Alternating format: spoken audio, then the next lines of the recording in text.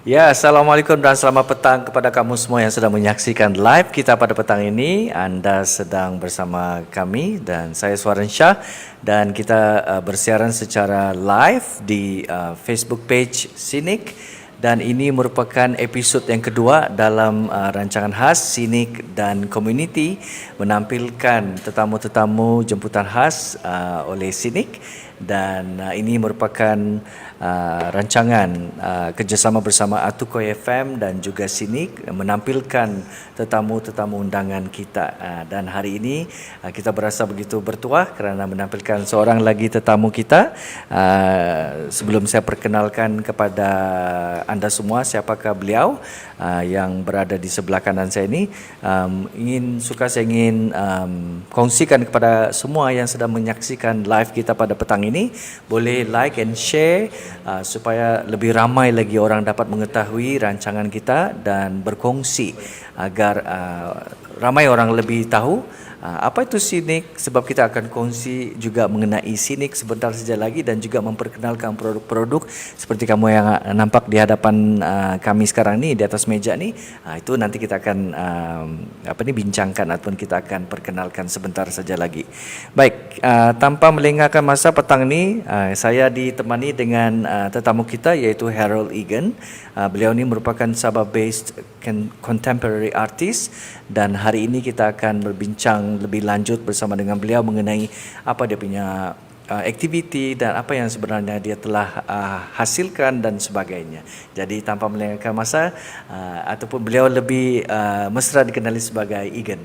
Betul Egan? Egan. Apa kabar Egan? Kabar nervous. Nervous.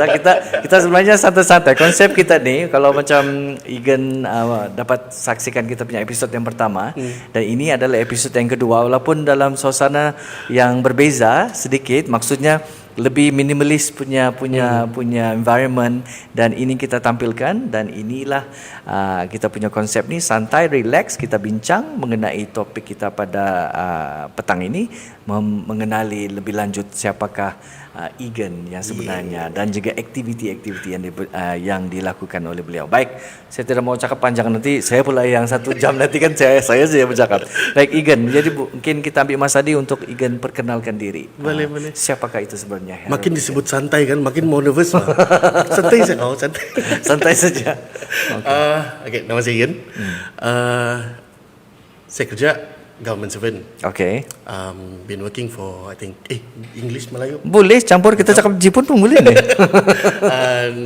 Namanya Harold. Yes. Okay. Kerja di BKK. Okay, di BKK. Ini tengah escape kerja. Oh, berapa tahun sudah bertugas di situ tu? 15 tahun, I guess. Bagian, if you don't mind, in which bagian Jabatan Kawalan Bangunan. Kawalan Bangunan. Kawalan Bangunan. So building processing lah. Ada mau buat bangunan, mau roboh bangunan, memang pergi tempat kami lah. Oh, okay. Ada para So your background basically more into architecture. Yeah. Okay. Waktu student dulu memang belajar seni bina, buat designing. Dan ada peluang untuk kerja sama di BKK dan I went there lah. So waktu kerja tu memang in between the process memang saya bikin seni juga. Ada perjuangan lah bangunan kan, mau bikin karya-karya seni ni. Okay. So everything yang what was trending the time saya ikut lah, ikut sini, ikut sana, pengikut lah dulu. Okay. Try to bikin graffiti, buat street art, installation, masuk galeri sekejap, but tidak rasa puas. Macam saya punya cerita tu tidak sampai. So saya rasa macam ada something yang tidak ngam lah. Okay. Itu pun lepas beberapa tahun sudah berkecimpung dalam art making lah. Until satu hari tu saya rasa macam I think it was COVID, waktu kita lockdown. Okay. Ink sudah habis, cat sudah habis, tidak boleh keluar pergi beli. Kalau keluar pun paling-paling beli benda yang perlu saja kan. Ya, terhad lah kan masa tu. Okay. So apa yang saya ada time tu is saya punya iPad, laptop. So itu memang tidak pernah habis ink lah. So melukis pakai AutoCAD semua tu kan. Tapi apa yang saya boleh lukis pakai AutoCAD? So time tu ada satu festival seni, Georgetown Festival di Pulau Pinang. So dia orang bagi satu, belum, that was the second artwork suatu. The first artwork was it was a Swiss bank punya organisation. So dia orang bikin satu competition. They call it Next Generation Art Prize. So saya macam try lah, cuba lah, because I've been working with this mapping punya benda-benda kan, tanpa saya sedar yang itu barang boleh jadi artwork. Maksud saya kenapa saya tidak confident itu barang artwork kan, dia nampak sangat teknikal. Macam kalau kita nampak plan bangunan kan, kita akan cakap ini untuk apa yang mau dibina, bangunan ini akan berbentuk begini, atau susun atur bandar ini untuk apa yang akan datang nanti, fasa 1, fasa 2 begitu. Tapi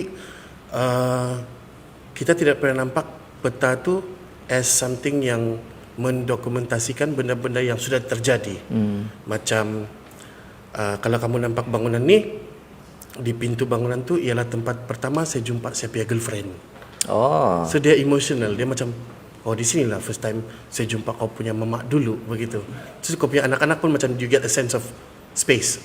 So, di sini, because kalau kita ikut travel guide kan dia akan tunjuk ini bangunan mesti ada dia punya sejarah dia kan, story behind all those yang monuments ke whatever. Monuments semua tu kan is, I can say is it's a general punya, how you say, general knowledge gitu yang semua orang tahu. Tapi untuk seorang Egan, saya tahu itu cerita apa, untuk di mana dia punya kona-kona, di bangunan panggung Kilan.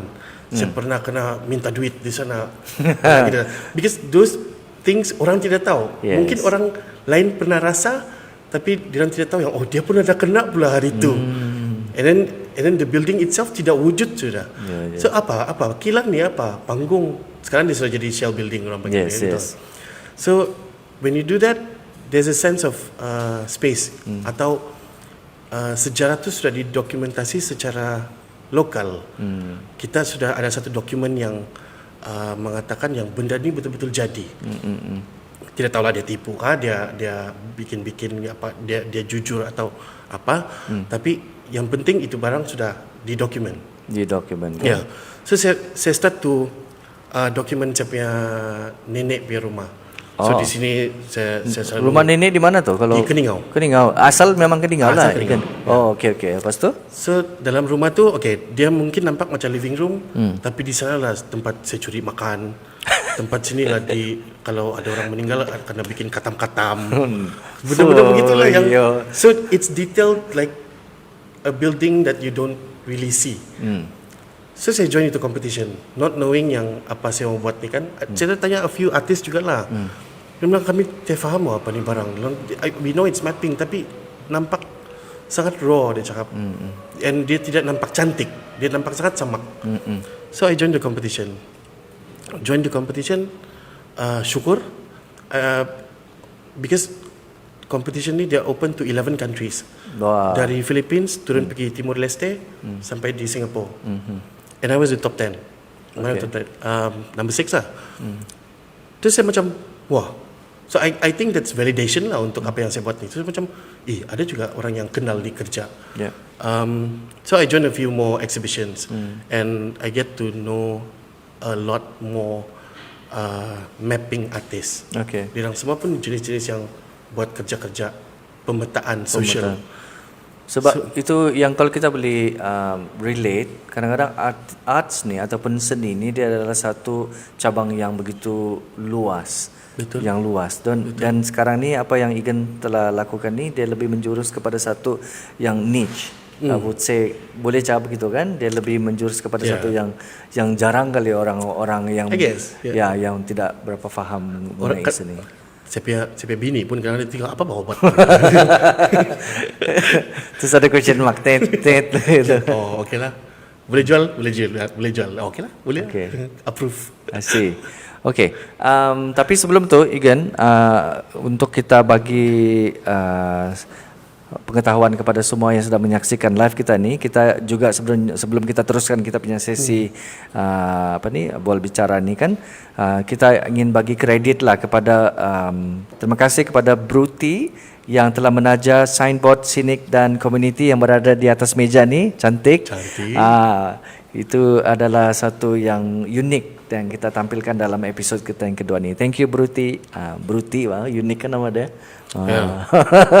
Memang orang ni pun sangat kreatif. Kreatif, okay. So jadi, itu tadi kalau kita pergi lebih mendalam kepada seterusnya, iaitu mungkin Igan boleh cerita di sebalik the scene Lian Huat Boys documentation secara lebih terperinci. So macam mana Igan boleh gambarkan? 2 jam ni tahu. 2 jam? Hoi sih. Itu yang kita mau dengar ni kan 2 jam. Lian Huat Boys documentation ialah satu dokumen yang saya bikin untuk the Georgetown Festival. Ini yang di Penang tu. Oh, itu yang di Penang. Ini yang di Penang. So diorang bikin satu tema.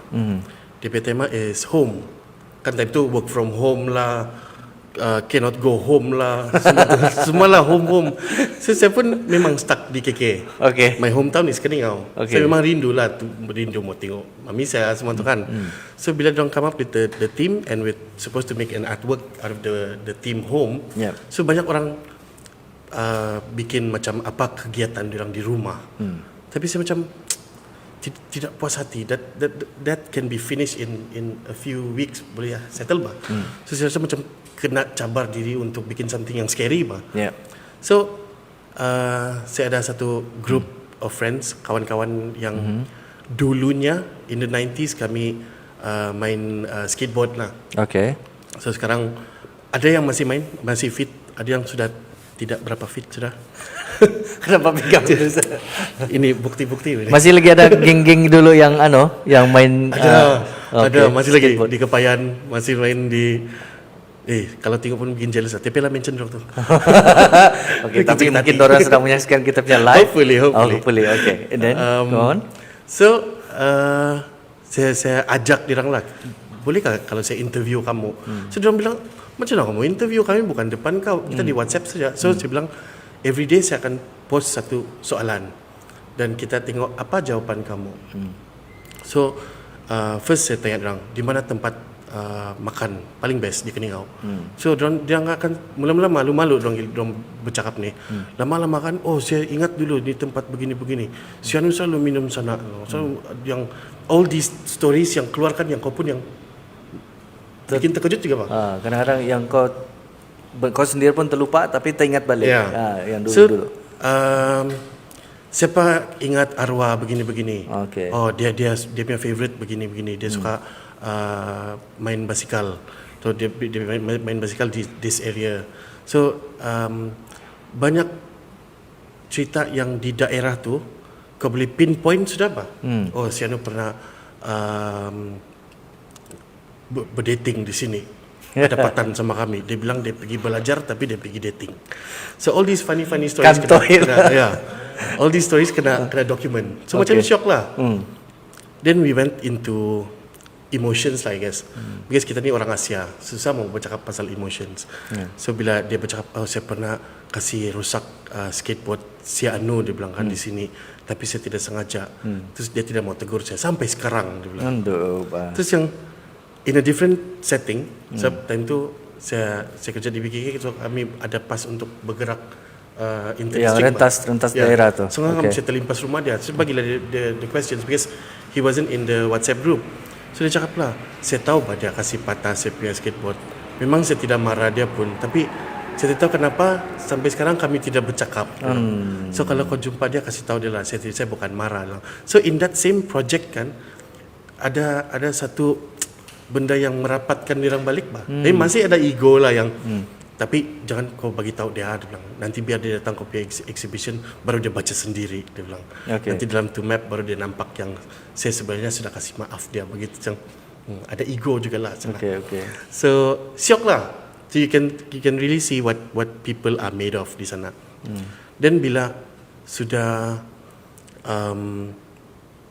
sudah habis ini cerita yang pasal social, diorang sudah keluar pasal politics lah, pasal diorang punya social life lah, pasal kemajuan Keningau tu sendiri. Dan kau boleh nampak dari 70-an, 80-an, 90-an pergi tahun 2000 apa jadi sama Keningau, makin besar, makin besar, makin besar. Dan orang nampak yang kenapa orang bilang macam orang kampung ni begini-begini saja. Yeah. But if you see the how complicated they are, kau nampak yang kalau diberi peluang, ini orang-orang muda ni kan, they can go far bah. Yes. So in that document we can prove that. Banyak lagi lah benda yang kalau mau dibincang sini kan memang if the plan was here, kamu boleh nampak macam dulu skateboarding dipandang rendah betul. Okay. Oh ini orang kutu lepak lah, isap dada lah apa semua. But it shows that this community kan bila ada rompak, ada kedai kena rompak, siapa yang pergi tolong? The skateboarders. Before polis datang, dia sudah start pergi tolong. Okay. Untuk pergi kejar orang kah, pergi tangkap, kasih bantu orang yang jatuh mana-mana. So in that document kan, setengah jam kemudian baru polis datang. So macam nampak bah apa yang jadi. And there were eyewitness, memang ada saksi-saksi. And I do my interviews, dia berlapis-lapis. Macam lepas interview ni, kalau yang sudah post COVID, saya pergi kedai-kedai tu. Itulah kedai Sin Lan Huat tu. Sin Lan Huat is a kopitiam, tempat kami lepak dulu. Ni dia punya location ni di mana ni? Dia ada satu corner di Keningau. Di Keningau. Okay. Dia betul-betul dekat corner tempat kami main skate. So kami main skate dulu kaki lima. Masih wujud lagi ni kopitiam ni? Masih ada. Sekarang Sin Lian Huat 2 sudah, tapi dia kena pindah. Okay. Mungkin sewa dia sudah besar kah, sudah naik sewa, sudah pindah tempat lain. Okay. So but the people are still there. Okay. So bila kami bercerita kan, dia marah. Oh, kamu pakai CP nama bikin jadi artwork kan? CP royalty mana? Kami selalu beli kopi yang makanan bang uncle yang okay lah, gitulah, just kasih settle gitu saja. But there is a sense of community lah sana. I see. Bila kau bikin ni project, almost everyone wants to chip in And then daripada satu mungkin yang initially dia start daripada kecil dan dia berkembang dan berapa lama masa Igan ambil masa untuk siapkan project ataupun documentation for this one project ambil masa dalam 4 bulan setengah. 4 bulan setengah. Ya. Tapi it's still ongoing. Dia belum siap sebenarnya. Sebab orang yang saya interview tu are just the boys, Sin Lian Huat boys. So dirang ada mamak dirang, ada dorang punya bini sekarang. So dia akan lagi pecah-pecah, dia akan ada layer yang berbeza. Laki saya tipu itu, dia bilang. Padahal dia bilang dia pergi main skate, dia cakap dia pergi gereja. Something like that. So another story. So there's another layer. Itu layer. Interesting. So you get to see a Keningau that you haven't seen before. Seriously, yes. Interesting. Ya, sebenarnya kan benda ni kalau Igan tidak cerita ataupun explain dengan detail, dengan lebih terperinci, tidak akan tersampai di akal fikiran orang. Sebenarnya benda ni boleh berlaku macam gitu kan? Betul. Dan itu telah dibuktikan oleh Igan sendiri. Jadi bila kita baru-baru ini saya difahamkan yang Igan ada pernah pernah ke Australia yang di atas tajaan KSTI. Jadi mungkin Igan boleh cerita sedikit pengalaman di situ dan apa sebenarnya tujuan lawatan ke situ masa itu. Bila tu? Bulan dia launching sebenarnya November tahun lepas. Tapi pasal visa, all these issues about travelling, saya cuma dapat kami punya visa on yang boleh terbang tu lah. April lepas. Still this year lah. This year. Okay. Masih dalam tempo exhibition lah. Nasib baik juga sempat tengok exhibition sendiri. Okay. Artwork yang sampai di sana is part of the saya panggil ni barang spatial biography documentation. Dokumentasi biografi ruang. Okay. Kita tengok ruang tu macam dia orang. Kita tidak boleh interview orang, kita tidak boleh interview ruang tu, tapi kita boleh interview orang yang keliling itu ruang. And we get to know what this space is. So that's the spatial biography documentation.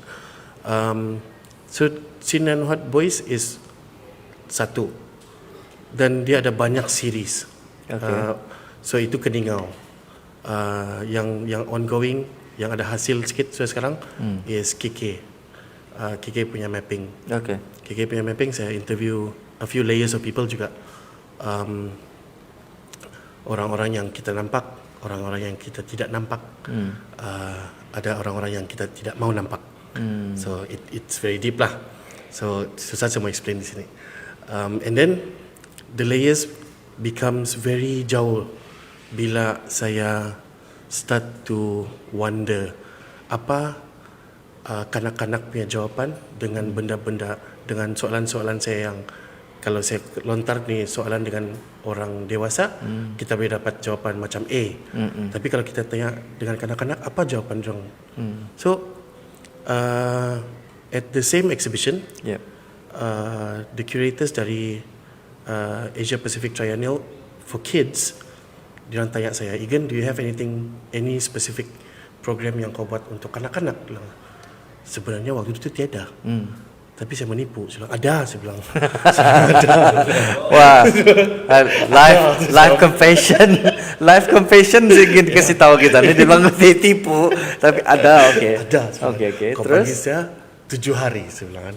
I'll come up with a proposal. Saya cakap, dalam 7 hari itu pening mau fikir dia. Apa saya mau cakap sama orang ni? Tapi memang this idea sudah lama. I always have this conversation dengan saya punya anak. Okay. Kalau kau jadi makanan, apa jenis makanan kau mau jadi? So it's very outrageous questions, bayang, kenapa soalan kau bodoh? Tapi when they give their answers, I mean a stupid question will get a stupid answer, but the thinking person will think about something yang sangat deep untuk dapat tu jawapan. So saya olah lah soalan-soalan saya jadi yang ada manfaat sikit lah kan. So saya tanya anak saya dengan dia punya Berapa umur dia? If I may 8 ask. tahun. 8 tahun. 9. Okay. Time tu dia 9 dengan dia punya cousin 9, dia punya adik 5 tahun. So it's like you have your own focus group. Yeah, ada geng. So yang hari tu 25 skater boys. Okay. So kau dapat skater boys punya answer. Okay. Yang segala-gala, yang jahat lah, yang ganas, yang Rebellious. Then, rebellious, very rebellious. So sekarang kau nampak yang comel-comel, yang cute-cute. So saya fikir dia punya jawapan akan comel. Okay. I was so wrong. So kalau kamu ada ability atau ada satu power, bukan bilang macam Superman, kan, tapi it can help you in your everyday life. Apa kamu mau jadi atau apa benda yang kamu mau ada, kan? So lama dah berfikir. Tu saya cakap, I don't want the answer to be in words. Saya mau kamu lukis something. So kalau kamu nampak ni lukisan ni. Nampak. So anak saya lukis ni. So dia lukis. Terus okay, interesting. So the initial drawing dia punya color is red, merah dia punya monster ni. Time tu ini project belum lagi ada nama, belum 7 hari lagi, saya masih lagi pening lagi ni. So dia bagi dia punya jawapan. Dia bagi jawapan dia bilang kan, saya mau ada 2 kepala, dia bilang. Terus saya bilang, okay, 2 kepala. Kenapa kamu 2 kepala? Because satu represent saya punya cousin, dia bilang. And the cousin is like dia punya best friend lah. Kalau dia tiada, terus at least ada ni kepala, saya boleh bercakap sama dia waktu saya satu orang, dia bilang kan. Terus saya cakap lah, mama papa ada bang, silang kan. Kau apa mau bercakap satu orang, silang kan, macam gila gitulah kan. Dalam otak saya lah, dia cakap dia gila lah. Tapi she gets the idea lah that it's not, I guess, quote unquote normal. Terus dia bilang kan, no, saya tidak mau bercakap sama kamu, dia bilang. Dia bilang kan, we can talk, but dia bilang kan, no, you don't understand our problems, dia bilang. Wow. Terus dia bilang, kau 9 tahun geng, dia bilang kan. Besar mana bah kau punya? Saya bilang kan, we have problems too, dia jawab. Saya macam, okay, kasih menang kau lah, dia bilang kan. Okay. So I did my observation. So dia orang start bercakap pasal Minecraft. Yang benda-benda yang saya rasa, games saja bani, kan. But when you see the politics behind Minecraft kan, and the communication yang dia orang ada within dia orang punya community dalam tu kan, macam, ini complicated. Okay. And I cannot understand. Betul dia cakap, dia orang, betul lah. I mean, how to navigate inside. Sampai yang baru-baru the Minecraft punya filem keluar, pun saya tak faham juga. Okay. Saya cakap, okay. she has a point lah. Memang diorang punya frequency is very different. So macam saya tahu apa saya punya proposal. So comes to 7 days, saya propose itu idea, the sketches, all these things yang diorang sudah provide. The kids kasih saya to the panels of curators di APT, Asia Pacific Triennial di Brisbane. So diorang kan let me get back to you in 3 days. Diorang. So dalam 3 hari diorang email saya lah, diorang ada video call. So diorang kan the panel sangat interested dengan ini project. Diorang sangat-sangat mau ambil. So diorang minta saya permission, bolehkah kami ambil ini karakter jadi dia punya official mascot untuk the triennial. Wow. So saya macam, kau biar betul. Saya bilang kan ini lukisan budak-budak boleh. Kan kita punya fikiran di sini kan yang kalau lukisan macam tu anak saya pun boleh buat begitu. Tapi di sana they do realize yang ini kanak-kanak punya kerja and it needs to be supported. Saya macam hari yang saya tunggu sudah sampai bah.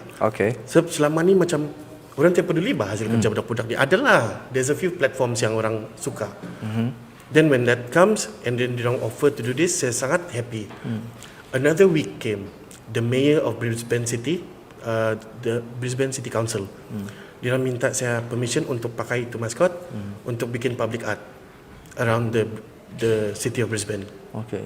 So meaning there's going to be a few of these things kena papar di Display mana-mana lah, and as artworks lah. Okay. So macam saya tidak boleh percaya yang dia punya macam kita punya DBGK lah mau ambil tahu pasal hal-hal kanak-kanak begini and kena exaggerate pergi begitu besar untuk tontonan umum. So saya sangat respect lah apa yang diorang buat. Saya bilang kan saya I have no words. So I guess yang exciting dia bila the check comes in, dia orang start bayar. Oh ini Hana punya artist fee. Dia cakap, anak saya 9 tahun ada artist fee. So okay, daripada apa yang Igan sudah share tadi, macam mana Igan melihat dari segi of course kita ialah kadang-kadang in order for us to look at the value seseorang artis itu yang telah menghasilkan hasil karya yang begitu consider to them is like a masterpiece. Walaupun bagi kita mungkin ialah sebab dia masih lagi anak kecil kan, mungkin kita punya limitation of kita punya mindset tu masih lagi di dalam, orang bilang dalam zone yang begitu kecil. Tapi bagi orang it's something big for them because they memartabatkan ini golongan anak-anak because they give them space and time for them to express themselves kan. So macam mana Igan melihat perbandingan dari segi bila di sana dan di sini bila melibatkan kanak-kanak yang mengekspresikan orang punya creativity itu. Kalau macam di rumah saya lah kan, bila saya tanya dia orang, kamu mau jadi apa nanti kamu besar? Saya mau jadi artis macam papa, dia bilang kan. So dia orang fikir saya ni artis sepenuh masa gitu. Melukis saja kerja. So saya cakap, kalau kamu mau jadi artis, dia bilang kan, you can be an artist today. Apa yang kamu buat is an artwork. Dia bilang kan, you are the artist and you don't have to. Yes, kau perlu education, kau perlu pergi sekolah, kau perlu further this skill, this intelligence. Tapi to be an artist, you just that longing to be an artist. So dia macam, iya kah? Boleh percaya kan orang ni. Macam diorang pun tidak terfikir yang, oh bukan mau pergi sekolah dulu, do this and that. Terus dia bilang kan, saya sebenarnya saya rasa macam saya pun tidak confident dengan jawapan saya. Tidak, you can be an artist today, kan? Because of the words of Picasso lah. Kanak-kanak waktu kecil dia orang artis. So itu yang saya bermain dalam otak saya time tu. So saya encourage orang untuk bikin orang punya artwork. Buat. Oh cantik, okay, buat lagi. But until the events yang jadi di Brisbane tu kan, saya tidak nampak itu barang possible. Mungkin dalam fikiran saya mungkin ialah bolehlah 1-2 kali diorang join art gallery punya exhibition, tidak sampai satu tahap yang diorang boleh kena recognize internationally bah. Jadi pula benda begini. And bila yang kopi artwork sudah naik, sudah naik di gallery begitu kan. Terus kami fikir macam, yalah kami boleh masuk dalam sana And because dia bukan hari-hari officials, kami masuk ni macam hari biasa saja bang. Okay. So bila kami masuk kan, orang the staffs, the curators, semua kenal saya sama saya punya anak. Oh. So, saya rasa macam peliknya, and they make a point that these people needs to be celebrated bang. Okay. So bila kami masuk kan, dia orang start kenal sudah. Oh hai Hana, dia sebut nama anak saya. Terus saya macam anak-anak saya pun heran. Dia kenal kita dia bilang. So macam trip famous lah juga tentu. Rupa-rupanya dia orang sudah kena brief. Ini siapa, ini siapa. Ada gambar kami di belakang, di office dia orang. Okay. So kalau kamu jumpa ni, this is the artist. So Maksudnya orang betul-betul buat orang punya homework Ya. and research. so bila orang dia masuk kan, we really felt appreciated. Okay. Berbalik pada soalan tu. Yeah. Yes, saya tidak percaya yang dia orang boleh jadi begini. Tapi I think kalau kamu mau pursue that idea yang orang muda ni boleh terus jadi professional artist, boleh. Saya berani cakap memang tidak mustahil. Kita saja yang kena push ni barang. Okay. Yes. Okay. Sebelum kita teruskan, sebenarnya macam saya bilang tadi, kita ada satu slot promotion. Tapi sebelum kita buat live read untuk this promotion, kita ada soalan. Dan kepada kamu yang menyaksikan kita punya live ni, kamu boleh juga komen di ruangan komen. Ada soalan untuk kita punya tetamu, si Igan ni. Kamu boleh type di situ kamu punya soalan-soalan. Kita baca. Dan of course, we have one question, very special person yang sedang menyaksikan kita punya live hari ini, Vivianti. Kita punya orang kuat sinik sekarang ni sudah berhijrah ke sana. Tapi thank you so much for being with us and menyaksikan kita punya live ni petang. Soalan dia, soalan saya kepada si Igan, dia bilang, pernahkah anda melalui titik terendah dalam industri yang anda ceburi, and how to get back up again, dia bilang. Si Vivi tanya. Pernah, habis I can relate to this question. Si Vivi tanya ni, dia bilang, bila kita berjiwa, I'm referring to you lah, someone who's an artist, contemporary artist. Seorang artis ni dia mempunyai jiwa seni yang halus, bah orang bilang. Halus kah? Sangat halus sensitif gitu. Kat nangis. Sana di sering-sering kan, sering-sering Saya apa? punya level up sudah, depan-depan orang saja. Depan-depan minit air mata. So jiwa dia halus, jiwa seni ini memang halus. Jadi bila si Vivi tanya ni, when you up to that point, yang the lowest point of your career, yang how do you actually get up again? First of all, thank you Vivi. Thank you Sinik, thank you KSTI for making all of this possibility lah. Lowest point. Okay. I think lowest point of an artist is not believing themselves.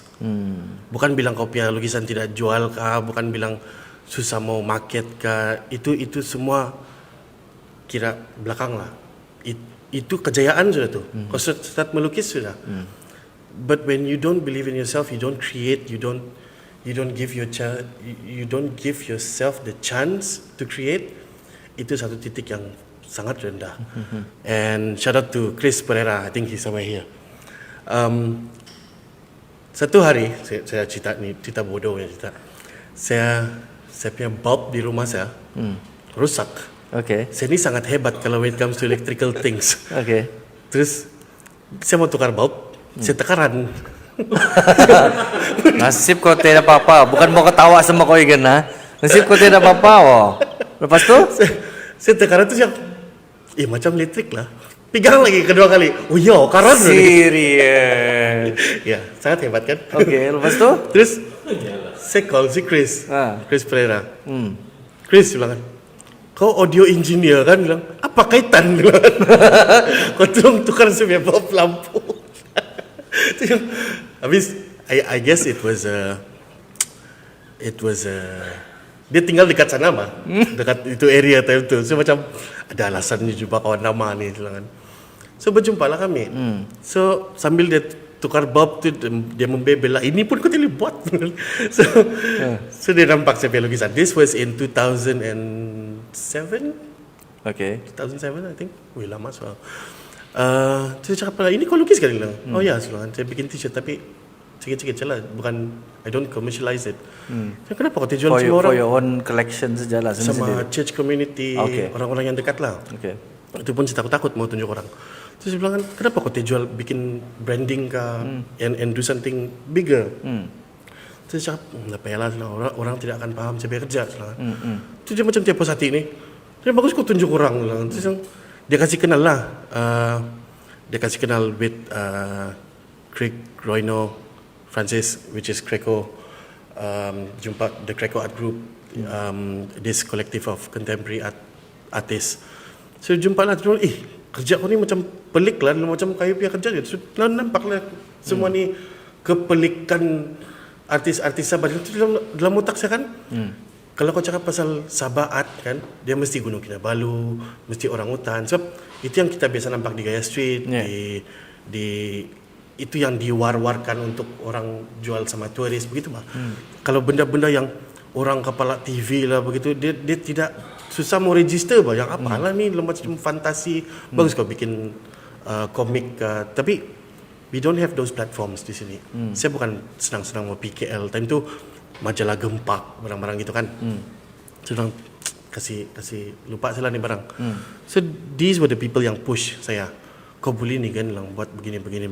So fast forward, menang competition lah, bikin workshop di sekolah-sekolah, pergi college, bikin pagi talk, and I realise yang banyak orang Sabah mencari itu platform untuk dirang express artwork dirang yang pelik ni. So bila saya punya isteri, dia time tu dia kerja di satu NGO, Youth Prep Alam Mesra. Okay. So kami create satu platform. Kami panggil dia Youth Art Festival. So di sana memang saya punya time tu berkobar sudah lah saya punya. Kau punya jiwa dan raga tu. Okay. Sebab saya rasa macam waktu saya tidak mengekspresikan, saya sangat depressed, sangat sedih yang macam something is missing out of your macam kau tidak boleh express yourself lah. Okay. So bila kami bikin tu platform, so people can come and dance, sing, paint, do photography. So banyaklah ni belia-belia keluar. And fast forward to I think 10 years after that, ada orang jumpa saya bilang, oh kamu pula yang curate untuk ini exhibition. So they were thanking me. Lawan thank you lah, pasal kamu lah I am in the business now. Terus saya macam, oh, because at that time Chris pun dia sekali dengan kami juga. He does the curation for photography and the music part. Saya bikin the visual art. And it was frustrating because saya nampak anak muda yang sangat tidak faham pasal the industry, the scene di KK ni. Macam mana kamu pergi industri? Macam mana kamu pergi level up, pergi yang KL punya level kalau benda begini simple pun kamu tidak faham. So we push them that time tu. Marah lah selalu. And then itulah fast forward 10 years, then we see them again. And they are in the industry. They are doing things for film. They are doing things for commercials. Just bila kau nampak kan macam, and they had your name to mention kalau di titik permulaan dirang ba. And how good is that to be mentioned? I mean, dirang tidak bayar siapa-apa lah. tapi siok lah untuk kena ingat ba. Maksudnya Igan ni sebenarnya telah memberi inspirasi kepada anak-anak muda, telah mencetus itu yang jiwa seni dalam dorang telah. Habis saya pasti ramai pun di antara dorang yang macam kita yang Igan cakap tadi ini ada itu rasa macam bayang boleh kah tidak ni pergi the next level and everything. But bila dia sudah nampak Igan boleh bagi kata-kata semangat dan juga mungkin to prove them that this thing saya mau possible. clarify sini ya. Ya. Dia nampak saya bukan sebab saya perfect. Okay. Dia nampak saya sebab saya buat banyak salah. Okay. Oh jangan buat ni, jangan buat tu, jangan buat so ni. So learn from your mistakes. Okay. So bila dia nampak, oh maybe I shouldn't do like that. So bila dia cuba, I guess they got it right. So Ya, jadi kiranya macam Igan ni sebagai pemula lah, perintis orang bilang. Jangan buat macam dia. Ya. Banyak salah dan ini dia bilang.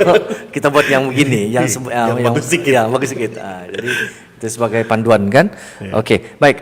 Okey, kita macam saya janjikan tadi, kita akan bagi sedikit ruang untuk kita punya promotion. Yang pertama ini ialah sambil kita sembang-sembang santai, kita juga perkenalkan produk yang diketengahkan di atas meja ni. Okey, Cynic dan Community untuk episod kedua ini kita tampilkan. Hari ini kami dihidangkan dengan teh Roselle, salah satu produk keluaran usahawan sosial tempatan Xenia Herbal. Mereka menawarkan pelbagai perisa menarik seperti Roselle dan dried lemon yang kamu nampak di atas meja ni. Ini Roselle dan juga dried lemon. Ya, maybe you can have a look. Ya, dia punya produk ni, bikin segar dia bilang. Dia punya tagline. Dried lemon slices, hirisan lemon kering. Ini dia punya packaging. Oh, yang ini interesting. bikin Itu, sedap dia bilang. bikin sedap. Ya.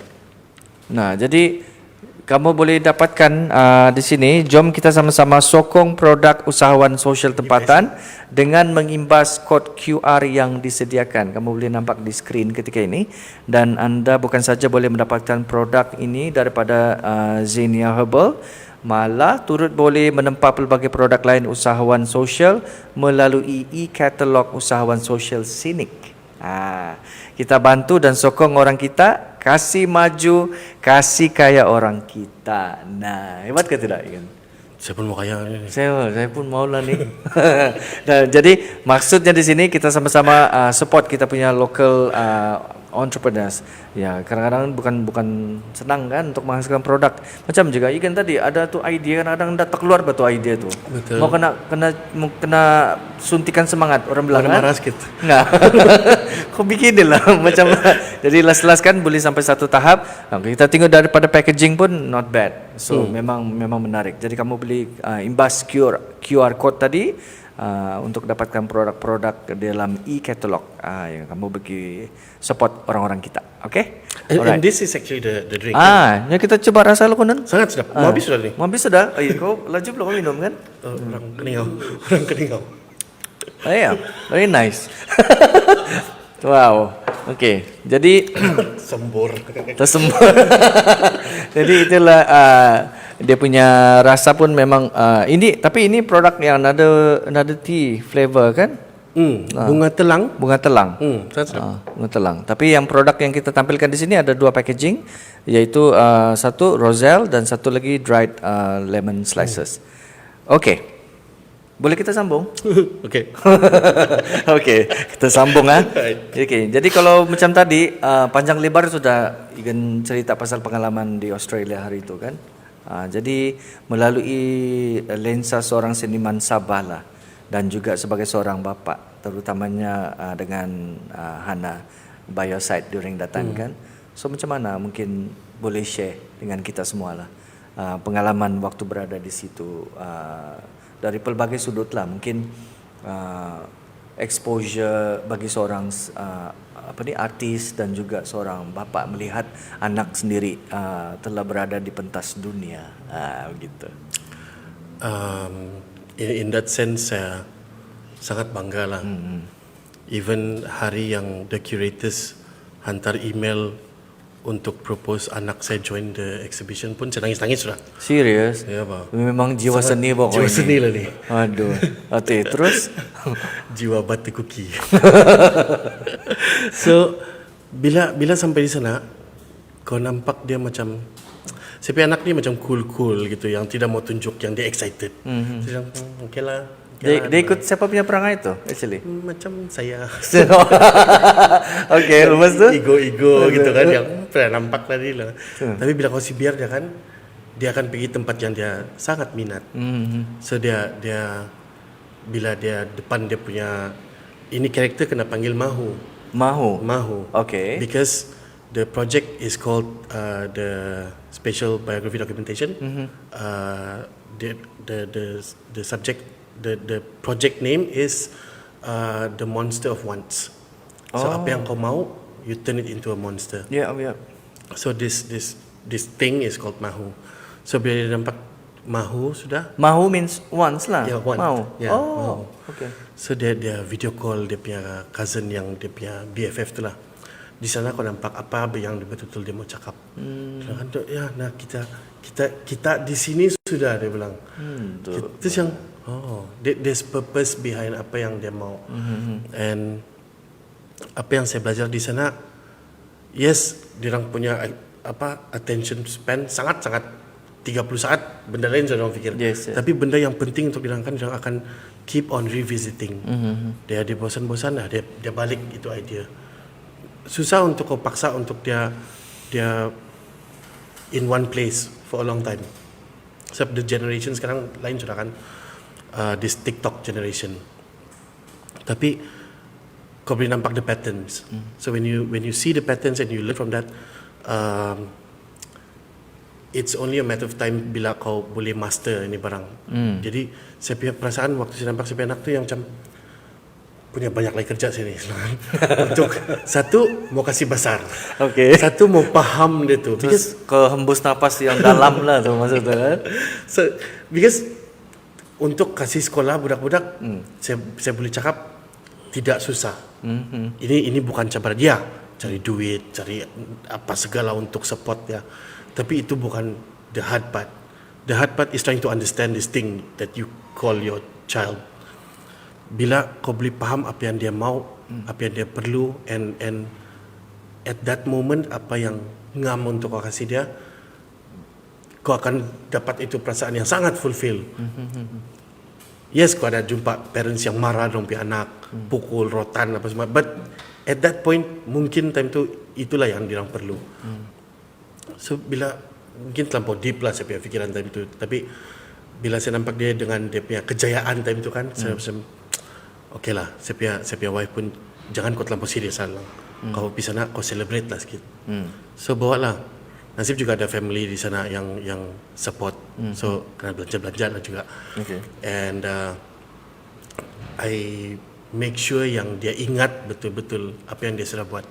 And we celebrated that small part of her life lah. Sebab saya rasa kadang-kadang macam kanak-kanak ni kan, bila kau tidak highlight these things, kau tidak paksa dia untuk celebrate, dia jadi something yang tidak penting untuk dirang. Macam dirang sudah keluar dorang punya effort untuk berfikir pasal ni project kan. So when you celebrate it, sekarang dia jadi satu macam mana? Dia jadi satu benda yang dirang tahu, dirang mau achieve. Something that you need to think, you need to plan, and by that there's a process. So bila dorang understand the idea yang kalau saya buat begini, I can achieve this. Bukan bilang kalau saya buat begini, si papa sayang saya. Kalau saya buat begini, the parents will celebrate me. No. Memang kami sudah cukup bangga sama dia, tapi kan it's for her own good juga bah. So bila dia bilang saya mau join this other competition, terus kami start macam okay boleh, kami tidak join lah nanti kau menang lagi. Di sana kami support, but we still be critical. Kau mau lukis apa how is the approach? So maksudnya di sini Igan tidak macam bagi lepaskan dia 100%. So there still some guideline. They can be venturing into the ideas. Tapi ya memang at one point dia akan tengok belakang, dia mau cek kau di belakang dia kan tidak. So at that moment you need to be there. It can be any time. Kadang-kadang yang time kau balik kerja, time kau penat, time kau yang tidak mood, time tu dia mau tunjuk dorang punya drawing yang dorang siap di sekolah tadi. Papa, I did this. Kalau kau terus dengan mood kau yang penat tu kan, nantilah. Then they would see ini tidak penting. Saya pernah terbuat begitu. Terus saya sangat menyesal ni yang sebab saya tunggu macam ada mana tu drawing yang kau mau tunjuk saya tadi? TP lah dia bilang. Sudah yang saya terus yang alamak silakan. Nampak sudah that pattern, dia pandai mau tawar ni. So from there saya that is the thing I learn lah. And I don't know, does that answer the question? Yes. So yang relate to that juga sikit before we go to the next question.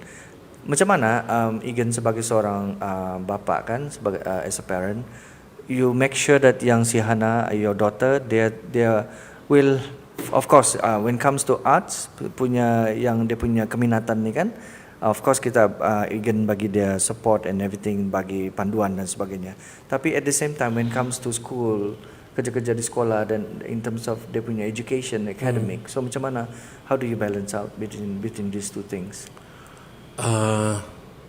Supaya dia tidak macam yang at least dia boleh balance dua-dua benda ni lah. Gitu.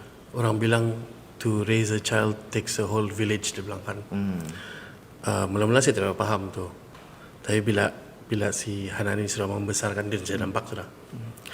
Because when it comes to maths, saya sangat-sangat teruk, geng. Tidak boleh pakai betul. Yang saya rasa macam betul sudah ada. Beginilah jawapan dia. So mamak dia ni bikin degree in mathematics. Okay, wow. Sekarang PhD sudah. So macam pandai lah kan. So bila dia tengok saya punya jawapan kan, apa yang wajar anak kita? Dia okay, salah kan? Okay, confirm. Saya tahu dia salah. Habis waktu saya punya anak minta ajar, silakan, saya pandai ni, silakan, confirm salah lah. Kau cuba saja. Silakan. Okay, buatlah. So saya imagine macam inilah ni 1/2, 5, 3/4 macam boleh mana ni, kacang mana ni. So tolonglah.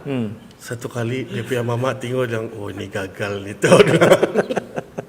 So maksudnya di situ ada check and balance lah. There needs to be check and balance. Nasib baik kau punya wife dia apa ni boleh pantau balik lah. Betul So kan kalau dia macam karangan, you need to be creative.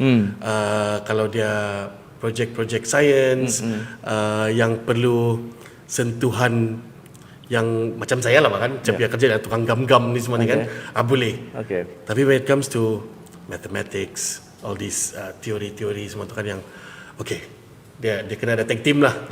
Ini memang perlu bantuan lah. Saya tak boleh cakap saya bagus in all aspects. Tidak boleh. Okay. Baik. Tadi karya Egan sudah sampai satu tahap yang amat dibanggakan sebagai seorang artis daripada negeri Sabah, contemporary artist. Jadi pengalaman karya ataupun boleh kongsikan juga pengalaman Egan sendiri kan.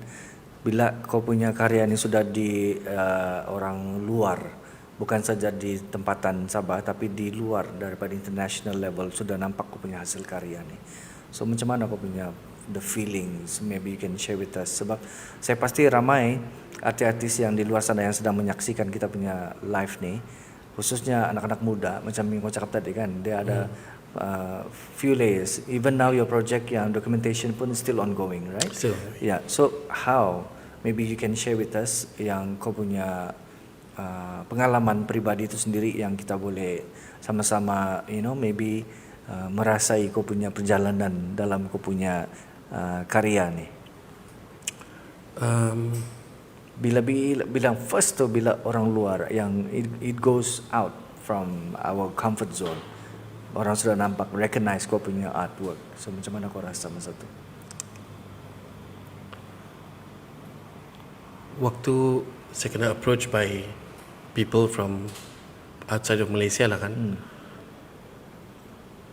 dia selalu start dengan benda-benda yang ini scam kan ya. Serius? Saya selalu tidak percaya yang itu barang betul. Sebab kenapa boleh begitu? Macam it's too good to be true. Serius? Yeah. Kau rasa macam kau belum sampai itu level kah? Macam mana?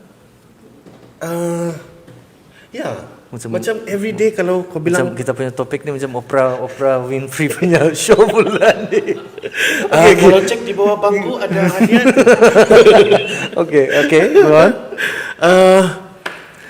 I guess saya membesar dengan sangat low self esteem. Okay, so then bila there's another session that we can do after this lah kan? Okay. Session tertutup, nangis-nangis berbayar. So bila opportunities yang besar datang, saya expect macam what hard work do I have to do to achieve that? Even bila itu barang sudah sampai, bergolek sudah. Okay. Saya masih tidak percaya. a few times yang kena invite untuk talk, a few times because bila orang tunjuk yang dirang excited untuk dengar apa kau punya opinion kan, that is the payment itself lah sudah. And paling bikin terharu bila kau habis bagi kau punya ceramah yang kau tidak rasa, yang kau rasa macam ngam kan saya bercakapnya, terus tiba-tiba ada check, for your talk today lah kan, this is the payment. Macam wow, yang beli cover tiket balik ni. So I guess the mistakes that I've done dari awal sampai sekarang are key events yang buat saya kenal saya ni siapa. And when you share your mistakes, you share how imperfect you are sama orang. I'm not saying semua dirang belajar untuk jadi perfect. Mungkin dirang nampak yang dia ni pun talingung macam saya. Dia ni pun pernah buat silap macam saya. And they can relate. They can see that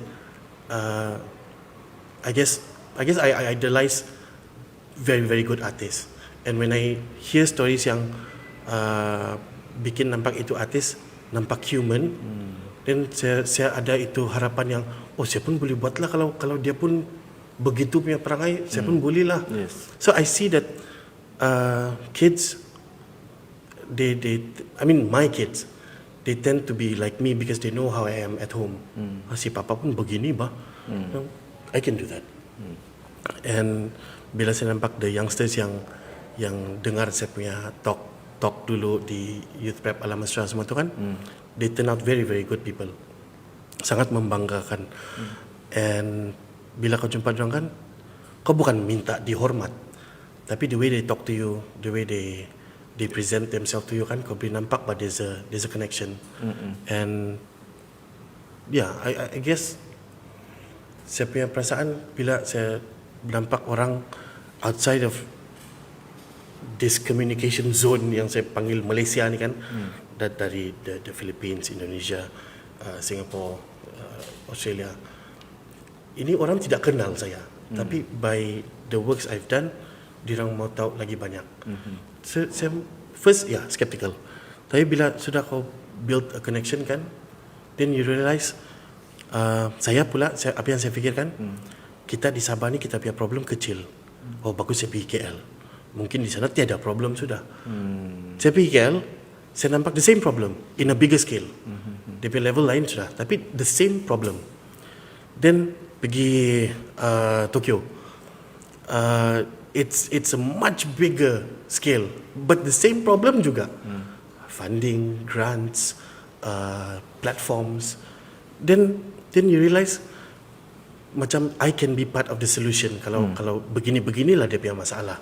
Then you create your own platform, you create a voice of your own bila orang lain tidak ada suara.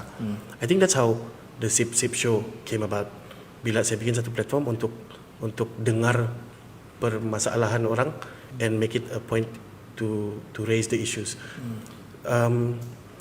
So orang luar pun dapat, how you say, iktibar, yang dapat something from these stories, and they can pengajaran dan juga bukan bilang pengajaran, they can realize yang kamu di Malaysia pun macam kami juga di Amsterdam, begini juga kami punya masalah sini lang. Okay.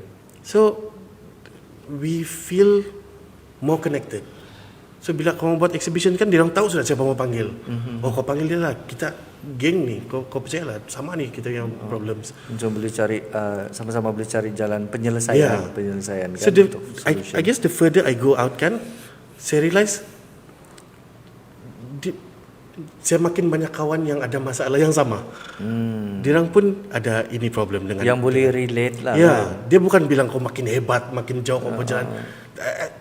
Saya pergi kampung makin besar. So kalau saya pergi sini nanti ada saya boleh cari di sana. Kalau kau pergi sana kau cari di sana. Dia it's that networking lah. Okay. So kalau macam tadi itu dalam industri, boleh kita panggil industri kah kreatif di Sabah ni? Is it No. belum lagi sampai KK tu? masih sin lagi. Masih lagi kecil Sangat kan? sangat baby. So kalau macam dalam suasana ataupun situasi yang sedemikian masih lagi kecil, baru belum lagi tumbuh, sudah tumbuh tunas kah kau rasa? Ataupun Okay. dia Kalau kau panggil the creative is an industry. Kalau kita nampak apa itu kreatif, bila visual arts, film, music, apa lagi, the arts of landscaping, kalau diorang bergabung into something of a bigger entity, that's an industry. Tapi malangnya di Sabah ni kita work in silos. tidak ada macam kerjasama. Ya, visual saja, film saja, landscape saja. Kita tidak nampak yang kalau kita gabung into satu bumbung, dia akan jadi satu industri. Okay, my question relate to your answer. Actually daripada jawapan kau tadi tu. Siau terkeluar. Belum lagi saya tanya, sudah ada kasih jawapan. Boleh tahan dia boleh baca saya punya pikiran ni sebenarnya. Jadi macam mana the government, sektor swasta, the government dan the community boleh membantu untuk masalah yang macam tadi yang Iga cakap tadi tu. How they can contribute to help in your opinion? Soalan SPM ni juga kok. Sejujurnya, Ya. kerajaan banyak sudah bikin benda. Okay. They just don't know how to kasih gabung ni ini kepala batu ni semua. Kepala batu ni semua. Okay. Dia Bukan saya cakap apa, dia yang cakap kepala batu ni semua ni. They are movements yang sangat-sangat powerful. Okay. Yang berlegar di Sabah sekarang. Cuma mau kasih gabung tu, tidak tahu siapa yang boleh buat lah. Ini kuasa-kuasa yang sangat-sangat besar saja mungkin boleh. And apa dong buat cukup membantu. Mungkin dia berbalik kepada yang kau kasih ikan sama orang dia boleh makan satu hari. Yes. Tapi kau ajar dia macam pancing ikan dia boleh makan sampai bila-bila. So I guess these people, the players of the industry ni kan, diorang sudah nampak apa yang kerajaan boleh kasih. Boleh kasih duit, kasih grant, kasih apa semua. Tapi bila kerajaan tanya balik bilang, apalah hasil yang kamu dapat bikin tu? Oh ini saja. Terus ini saja. Because they're working in silos. Sikit. Ini teori-teori yang saya fikir betul lah, entah betul ke tidak lah. No. Just my kedai Ya, kopi. itu sebab kenapa opinion saya lah kan. ya saya tanya kau punya own Oh, opinion. bukan kedai kopi. Teh telang. Teh telang.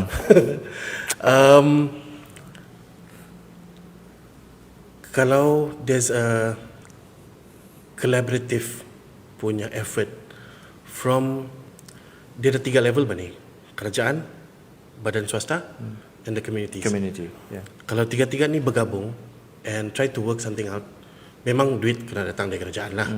Or sektor swasta yang buat NCR apa semua tu kan. Okay. But the community needs to provide with the grassroots expertise. Kita yang selalu ada experience on the ground. Kalau asyik mau minta duit saja, then kaya lah. Tapi tidak dia punya hasil sosial dia. But if we try to make something yang boleh sustain, any bidang, film, visual arts, boleh pergi jauh. Then maybe we can come up with better formulas untuk kalau kau emerging artist, terus ada macam bukan bilang guideline untuk kau berjaya, tapi you get an idea how to work things out. Let's say kau mau kerja with agencies kah, galleries kah, atau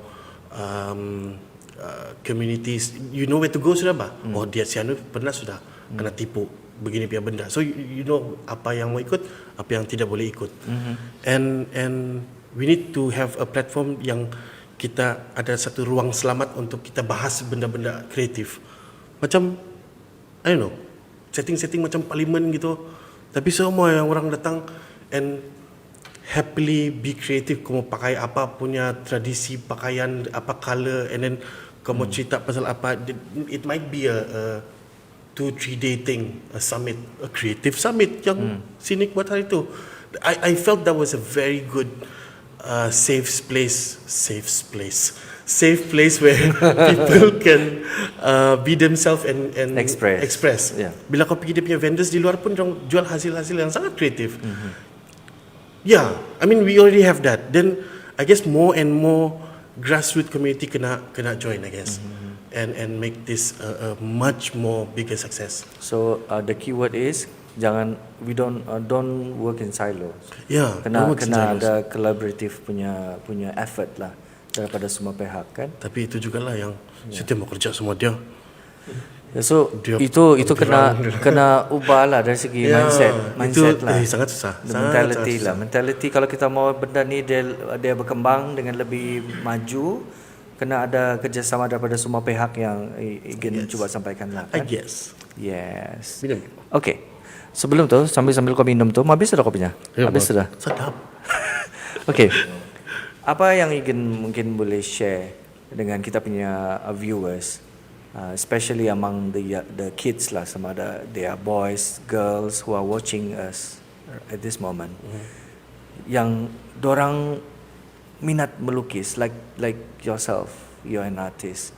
So apa yang kau mau bagi tahu sama dorang yang they memang suka minat melukis, they love arts and they want to do something more about dorang punya talent, but they don't know how to go maneuver or to go about it. What is your advice or mungkin nasihat untuk kita punya adik-adik ni yang sedang menyaksikan throughout Sabah, be it di Keningau kah, di Sandakan kah, Tawau kah, yang sedang menyaksikan ketika ini? Adik-adik? Ya, begitu kan. Okay. Kalau ikut saya punya experience kan, children nowadays ada banyak parents yang cuba mau faham dirang. Tapi I'm guessing, let's say lah, bukan saya mau stereotype orang lah. Saya rasa banyak juga parents yang B40, Okay. yang struggling financially, yang menganggap seni itu satu orang atas saja. Ada kemampuan untuk berseni. Oh boleh lah dia menyanyi, dia anak datuk gitu kan. And those kind of mindset, algoritma kepala mama bapa dia tu kan diturunkan sama anak-anak dia. I want to say to these kids, apa yang kamu punya parents percaya, apa yang kamu punya parents fikir, susah mau berubah. And jangan anggap itu as the final say for the day. Jangan anggap tu yang parents saya bilang tidak boleh, jadi tidak boleh lah. Bukan saya mau cakap tolonglah menderhaka, tidak juga. Kita sekarang hidup dalam satu sistem yang reasoning tu senang bah. Kau boleh kasih keluar di YouTube lah. Bagus bah, ini berseni ni kau tengok ni YouTube, kau tengok ini. Then you can probably kasih faham your parents yang saya percaya memang tubal. If you cannot approach it that way, kita ada satu sistem di sekolah-sekolah kita yang ada guru-guru yang sangat mau faham kita punya student, which is very good. Saya nampak ada banyak guru-guru yang cuba kasih naik dorang punya students punya keminatan. Yeah. Kalau kau minat sukan, dia orang push kau sukan. Kau minat menyanyi, dia orang push kau menyanyi. Banyak sudah sekolah saya nampak begitu. And it's very good. So ada students yang saya nampak yang lagi rapat dengan student, lagi rapat dengan guru-guru daripada mak bapak. I'm not saying that's a good thing or a bad thing, but itu yang saya observe lah. So maybe you can use the school system as a platform. Hasil kerja tunjuk sama cikgu. I can do this. And teachers nowadays are very resourceful. Dia ada connection untuk hantar this competition, that competition. I mean, even untuk karya pilihan tahunan Negeri Sabah, dia ada satu cabang di mana semua submissions untuk pergi art gallery melalui sekolah. So dia punya guru seni yang atur dia punya submission, which is very good. So kalau macam bukanlah bilang secara senyap-senyap kan, tapi ada inisiatif lain yang kau boleh buat di rumah untuk submit artwork. And saya punya experience, kalau kau submit satu artwork yang bagus pergi art gallery tapi kau tidak mampu untuk kasih frame kah, tidak mampu untuk kasih enhance itu artwork, you can just first send the idea first. Jadi orang akan tengok, kalau orang cakap okay, ini macam ada harapan ni, bagus kau frame. Then you have the option untuk, saya bukan cakap semua lah, kalau kau betul-betul confident you want consultation, people in the art gallery ada orang yang Boleh membantu lah. Ya, dia orang boleh guide. I mean, Maksudnya daripada sekali pandang saja orang boleh tahu ini ada potensi. Oh, maybe we can. kalau macam dia kau boleh punya lukisan hawk pun dia tengok, mungkin boy, mungkin kau boleh datang kami punya kelas. Mungkin kau boleh datang yang what trainings we provide. Then the ball is rolling bah. So maksudnya dia tidak terus tutup shut the thing off terus completely lah. You still nurture this thing. Nah, Yeah, that's the bagus right kau word. pulang lah. Susah lah. But sekarang kalau bukan parents, cikgu-cikgu, kawan-kawan, jangan buat benda yang ndak lah.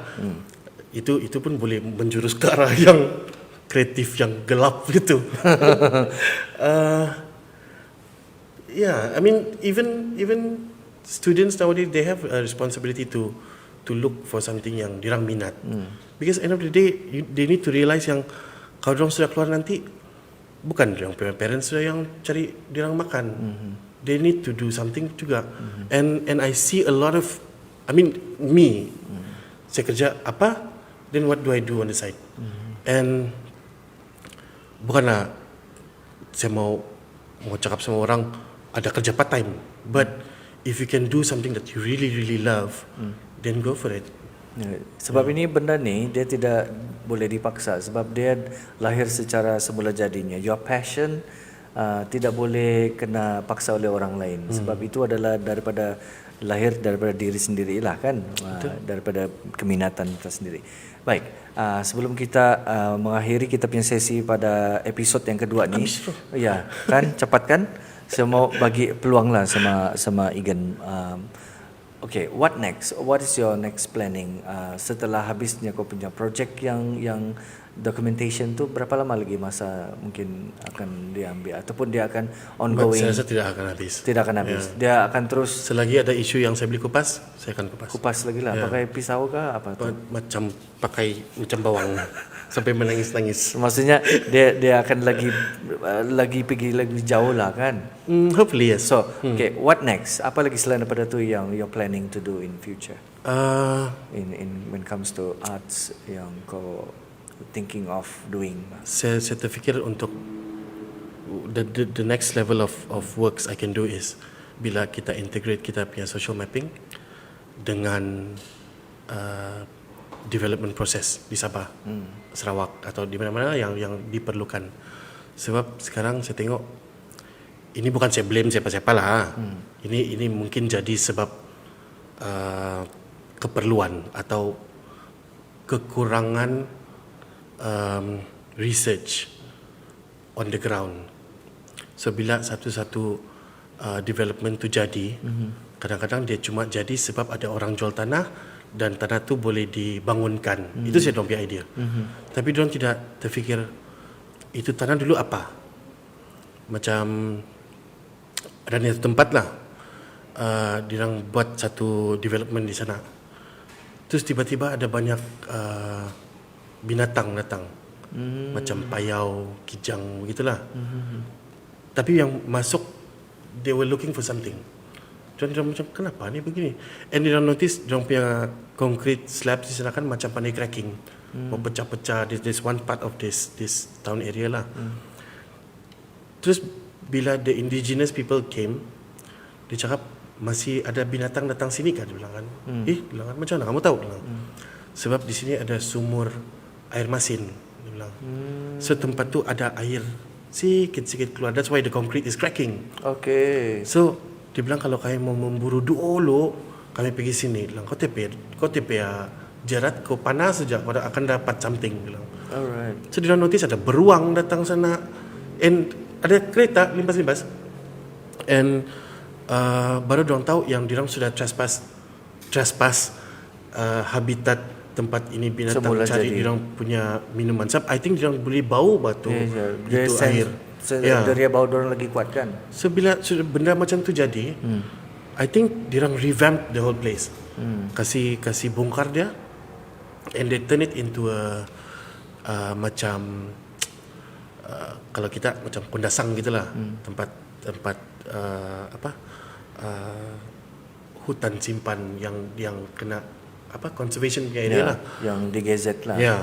Gazet. And then diorang realise yang the problem was us in the beginning. Kita tidak buat research on this place. So I see a lot of places yang begini sekarang. We don't name tempat lah. Kamu sendiri pun tahu yang tiba-tiba pada banjir teruk. Okay.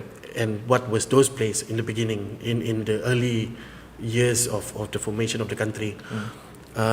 Ada tempat yang saya punya datuk punya nenek dulu kena kubur di sini. Ini dulu tanah perkuburan orang asli. But nobody respects that idea. Dia bilang ini cuma tipu lah. Dia cuma tidak mau jual orang punya tanah, mau kasih naik harga je. Do your research, do your interview. Sebelum kita punya nenek sudah tiada.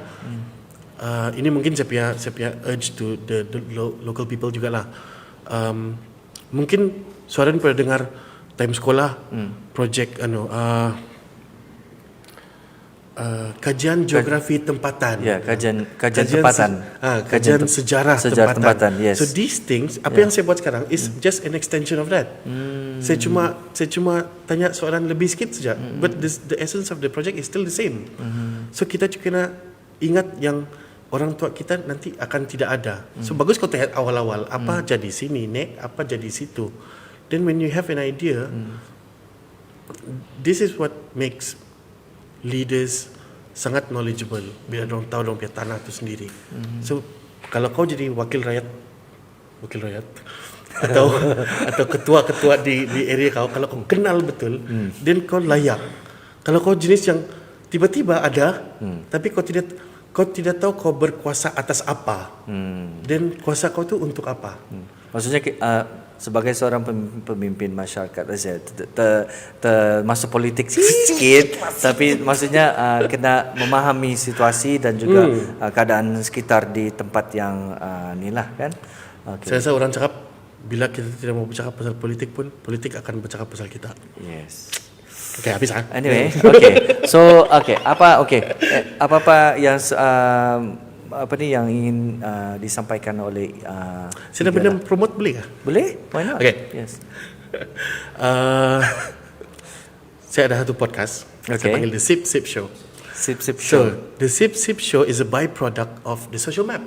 Alright. Sebab The Social Map ada sangat banyak interview. So, bila saya buat interview pasal KK, pasal Tuaran, pasal semua-semua lah, Keningau semua kan, ada orang dari KL tanya saya, are you doing a podcast? Dia bilang. So, apa itu podcast? Dia bilang. So that was in 2019. 2019 orang tanya saya, are you doing a podcast? So saya heran, apa ni podcast ni? Terus saya menggoogle lah, so nampaklah ni Joe Rogan lah, apa semua. Ini pula podcast. Then I realised I was doing these things without realizing. Terus yang bagus saya kasih post saya punya interviews in a form of a podcast.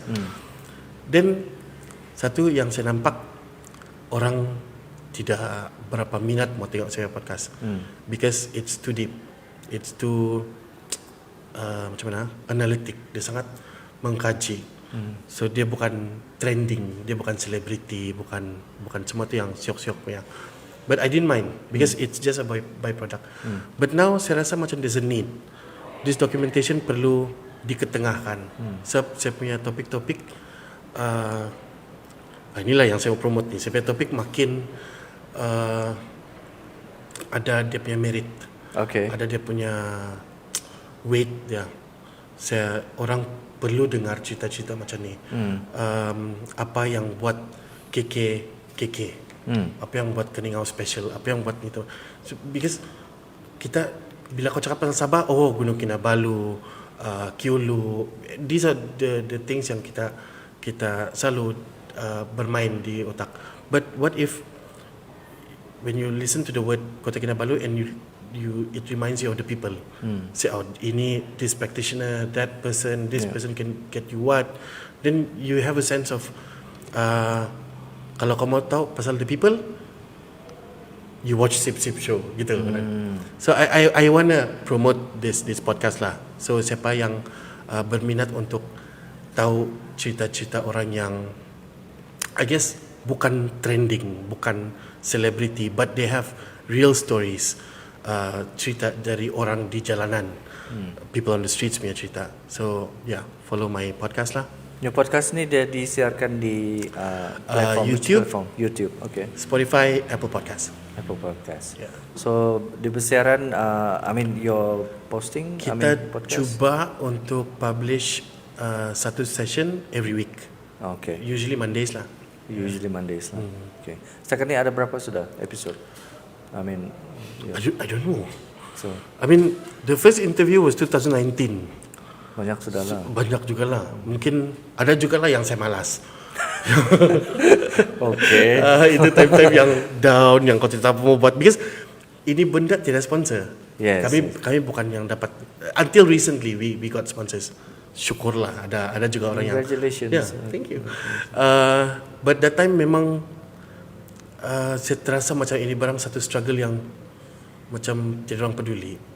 But then the why is again saya buat ni barang kan saya mau saya punya anak tahu kita punya cerita bang. Yes. Dan ini mesti ada tu yang dia punya kesinambungan tu kan, dia berterusan lah kan. Yes. Dia tidak boleh macam yang daripada since 2019 bakal mau bikin tu kan. So dia berterusan sampailah ke hari ini. Betul. Jadi itu usaha yang baik. Anything else that you want to share with us? Habis. Okay, itulah dia. So, dalam episod kita yang kedua ini, panjang lebar kita sudah bersiaran bersama dengan kita punya tetamu Harold Egan. Beliau merupakan Sabah-based contemporary artist yang telah dalam kita punya episod yang kedua ni, iaitu dalam rancangan khas Sinik dan Community, kita telah tampilkan beliau dalam kita punya episod yang kedua ini. Jadi sebelum kita mengakhiri kita punya siaran pada petang ini, sedikit kalau kamu ingin tahu lebih lanjut mengenai Sinik dan juga aktiviti-aktiviti mereka, kamu boleh layari website Sinik di www.sinik.my dan email di alamat marketing@sinik.my, ataupun boleh terus kamu call dorang di talian 088 498 688. Saya ulangi, 088 498 688. Dan kamu juga boleh tengok maklumat di social media mereka, Sabah Creative Economy dan Innovation Center Sinik. Jadi banyak information yang kamu boleh tengok di situ, termasuklah kita punya next episode yang ketiga. Siapa tetamu kita yang bakal kita tampilkan? Tunggu di mana kita akan perkenalkan lagi kita punya tetamu dalam setting yang mungkin berbeza, mungkin product placement pun akan berbeza juga. Jadi kita tunggu sama-sama. Jadi thank you so much Egan for joining us this evening kan, this afternoon, bercerita lanjut, dan say hi to Hana, your daughter, dan semoga selepas ini akan lebih terus lagi berkembang kamu punya karya-karya dan Memang sudah kembang jauh. pun. Kembang pun sudah kan? Kembang sudah. Jangan ucap kembang Mbak kawan. Jadi itu saja yang dapat kita kongsikan dalam kita punya program Sinik dan Community di episod yang kedua ini bersama saya Suaran Shah dan juga Egan selaku kita punya tetamu pada petang ini. Semoga kita terus saja bersama di episod-episod yang akan datang. Kita jumpa lagi. Bye-bye. Bye. Imagine the possibilities when Sabahans innovate. Welcome to the Sabah Creative Economy and Innovation Center, a government agency under Kementerian Sains Teknologi dan Inovasi KSTI Sabah. We are located at the heart of the bustling Kota Kinabalu Industrial Park. There's so much space here, with over 6,300 square feet of space. Imagine what you and your fellow Sabahans can achieve. Whether you are a part of a grassroots community, a startup or a venture firm, a student or lecturer at a university, or just beginning to make a mark in the industry, this center is created just for you. How do we produce globally competent talent? It starts by enabling a collaborative ecosystem consisting of various and inclusive stakeholders. This will ensure sustainability across all industries. When we bring people, ideas, and resources together, guess what happens? It encourages entrepreneurs like you to build a successful, innovative, and sustainable business. We aim to be a data-driven organization by collecting, learning, analyzing relevant data consistently, and be able to make a better decision for industries and entrepreneurs for more effective programs in the future. You might be asking, what can we offer you here? Well, now plenty. Do you need digital tools, AR, VR, robotics? We have them. Internet of Things, artificial intelligence, we encourage it. Animation, filming, you got it. And much more. Apart from the super cool stuff, you will have access to ample support like legal affairs, finding investors, platform to market and sell your products here in Sabah and abroad. We want to ensure that you have the tools you need so that you will be able to succeed and shine in the global stage. We want to support and accelerate innovation across all industries to help boost Sabah's economy, create more jobs, and grow talents like you who can make it happen in the real world. Sabah Creative Economy and Innovation Center, League of Exponential Makers, Innovators, and Entrepreneurs. Imagine the possibilities when you innovate.